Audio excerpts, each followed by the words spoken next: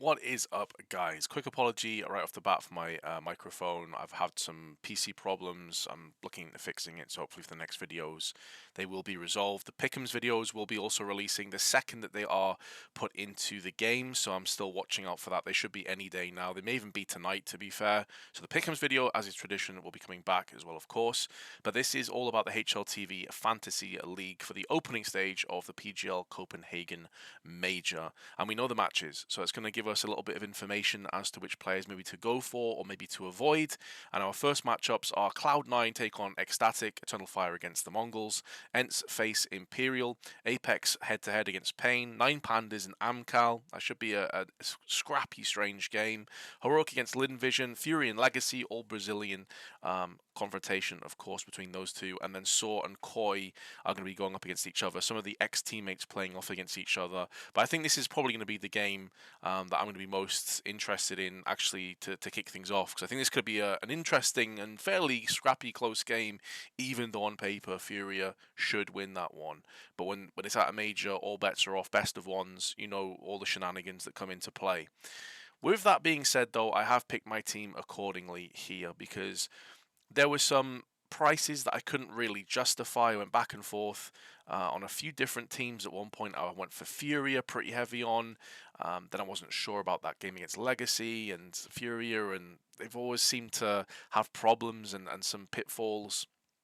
I then went and stacked a couple players in Cloud9, and then I decided not to, so I've gone back and forth, and I've decided to go for this team purely based off the pricing of some of these players. So I wanted to double stack Heroic. I knew that much going in, because I think Heroic against Lin Vision should have a fairly straightforward game in that matchup, even though Lin Vision, I think, could cause a couple of upsets here. I don't necessarily think they're a guaranteed 0-3 pick, which we'll talk about more in the pick'ems, of course.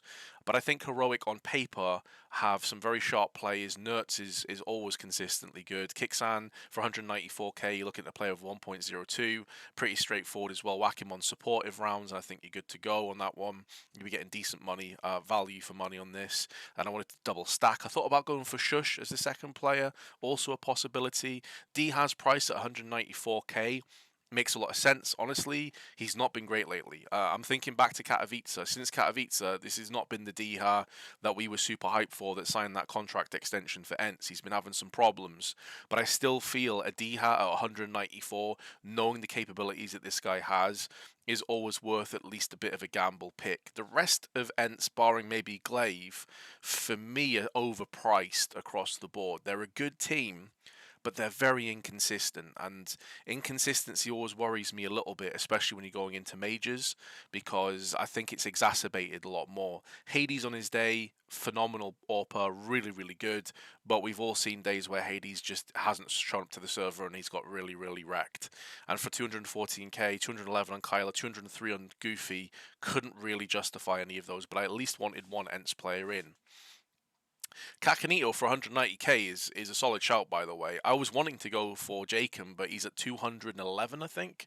Let me double check that. Yeah, 211. He was phenomenal in the RMRs. He was outstandingly good, but 211k, and now that the overall sort of skill level of the teams is going to drastically improve, I'm not sure if that's worthwhile, but I at least wanted one Apex player in, and their first game is against Pain, which I think is definitely a fairly straightforward, on paper at least, matchup. I will say, though, I was thinking about putting Coez from Pain in my team, because he looked very good at the RMRs, and I think he's like 187k if I'm not mistaken. Let me double check this to make sure I'm not giving you false information. 187k for this guy, and he looked very sharp at the RMRs, guys. Now, it's the NA America's RMRs, so take that with a pinch of salt, but I think 187k, he might be worth taking a punt for some of you if you have about that much left over. And then finally, I wanted to get one of the Cloud9 players in, because they've been pretty good lately, even though they did just lose against Saw in their previous matchup, and it was a bit of a flub, a bit of an off game, shall we say. But I've gone for Hobbit, I've gone for experience, I've gone for a guy that's been there and done it, and he's still landing some pretty decent ratings. I think he's also a fairly consistent and sharp player, and I think Cloud9, especially starting against Ecstatic, Should be winning that game fairly convincingly, and I wanted to make sure I had at least one Cloud9 player in my squad. The downside of this, though, is it does mean I've got none of the Eternal Fire boys in my team, and I think they're going to do well. I think Major for 184k is actually a steal. I was very close to putting him in my team. I've also got none of the Furia guys and none of the Saw players who have been showing up consistently throughout the last month or so. Have been looking pretty damn good in those Blast qualifiers and also in the RMR. They were looking like, when it gets to best of threes, this is where these guys really do step up to the plate. So I'm a little bit sad about that, but ultimately that's the way it goes. So I'm going to buy that team. We're going to assign our roles here. Let's have a look. So Nertz is kind of just like a jack of all trades, man. Like he's just good at everything, isn't he? But he's definitely the best performing T-rated player. So I'm going to go for an attacker for Nertz. I think it's a pretty solid shout. On the side of Kixan, I'm probably looking at support rounds here as our support player. Yeah, I think I'm going to go for the support player. I always forget where it is. There we go. Support player in for Kixan. D has a weird one, man, because he's just been so rough as of late. I mean, maybe I'll go for headshot percentages. 57.8 is no joke. He's got 10% on entries as well. Do I think the Ents are going to win a bunch of games?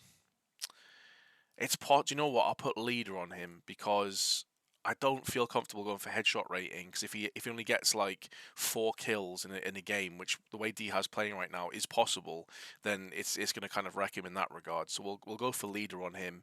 Kakanito's kind of in a similar position as well, isn't he? Where he's not really fantastic at anything, and you don't want to put him on the CT side. Do you know what? Actually, I might switch this around. I'll put Nertz on CT, and then it allows me to go for Kakanito on the T side instead. And Kakanito, to be fair, for Apex, watching him in the RMRs, he was doing a lot of very aggressive plays on Anubis in particular, but he's also very aggressive on Ancient on the T side. He gets a lot of entry frags. So maybe that's the best way, because it was super close anyway between sort of CT and T side when it came to Nertz. And then for Hobbit, looking at another guy that can do a bit of everything. His T rating's good, his CT rating's good. Entry rounds 9.8, support clutch.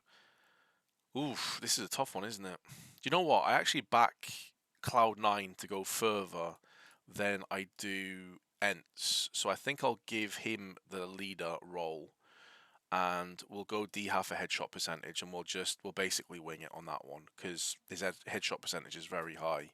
So there you have it. There's my team, guys. Do you agree or disagree? Comment in the section below and let me know.